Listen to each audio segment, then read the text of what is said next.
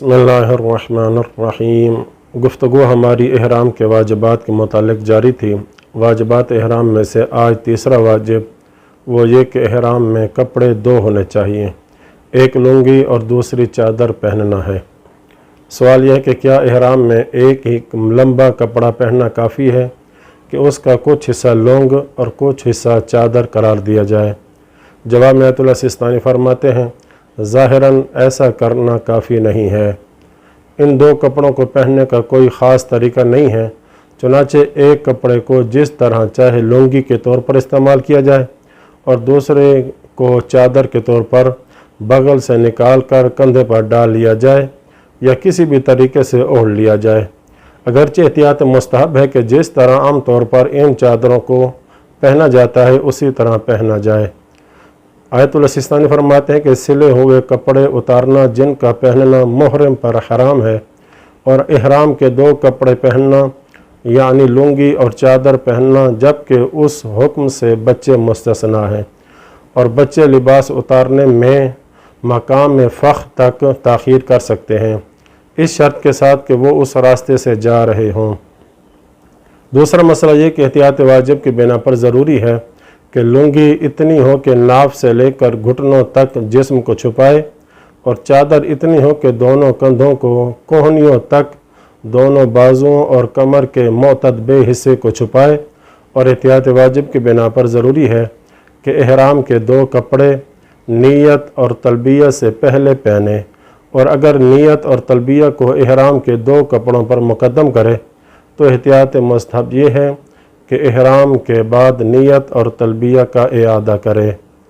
دوسرا سوال یہ ہے احرام کے دو کپڑوں میں سے لنگی میں یہ شرط ہے کہ وہ ناف سے لے کر گھٹنے تک جسم کو چھپائے ہوئے ہوں، تو سوال یہ ہے کہ کیا ناف کو دوران احرام چھپائے رکھنا واجب ہے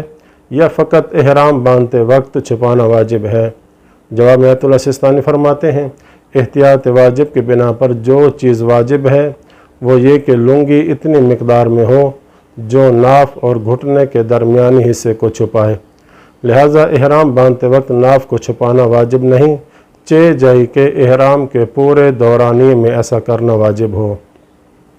اور دوسری بات یہ کہ حالت احرام کے شروع میں یا بعد میں سردی یا گرمی سے بچنے کے لیے یا کسی دوسری وجہ سے دو کپڑوں سے زیادہ پہننے میں اشکال نہیں ہے۔ دوسرا مسئلہ یہ کہ لنگی اور چادر پہننے کا وجوب مردوں کے ساتھ مختص ہے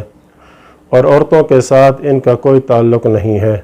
پس عورتوں کے لیے جائز ہے کہ وہ اپنے عام لباس کو احرام قرار دیں، اس شرط کے ساتھ کہ ان میں شرائط پائی جائیں، مثلا ان کا لباس غصبی نہ ہو، نجس بھی نہ ہو، حرام گوشت جانور کے اجزاء سے بنا ہوا بھی نہ ہو، وغیرہ وغیرہ۔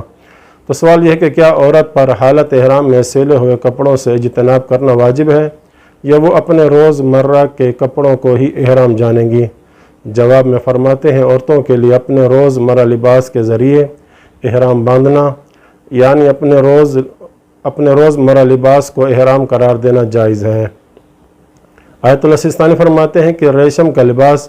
اگرچہ مردوں پر حرام ہے اور عورتوں پر حرام نہیں، لیکن احتیاط واجب کی بنا پر ضروری ہے کہ عورتوں کا احرام کا کپڑا بھی ریشم کا نہ ہو،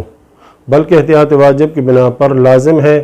کہ عورتیں حالت احرام میں خالص ریشم کی کوئی بھی چیز نہ پہنیں، لیکن اگر شدید ضرورت ہو جیسے گرمی یا سردی سے حفاظت کے لیے پہننا پڑے تو کوئی حرج نہیں ہے۔ احرام باندھنے کے بعد احرام کے دونوں یا ایک کپڑا نجس ہو جائے تو احتیاط واجب کی بنا پر اسے فوراً تبدیل کر لے یا پاک کر لے۔ وصلی اللہ علی محمد و اہل بیتہ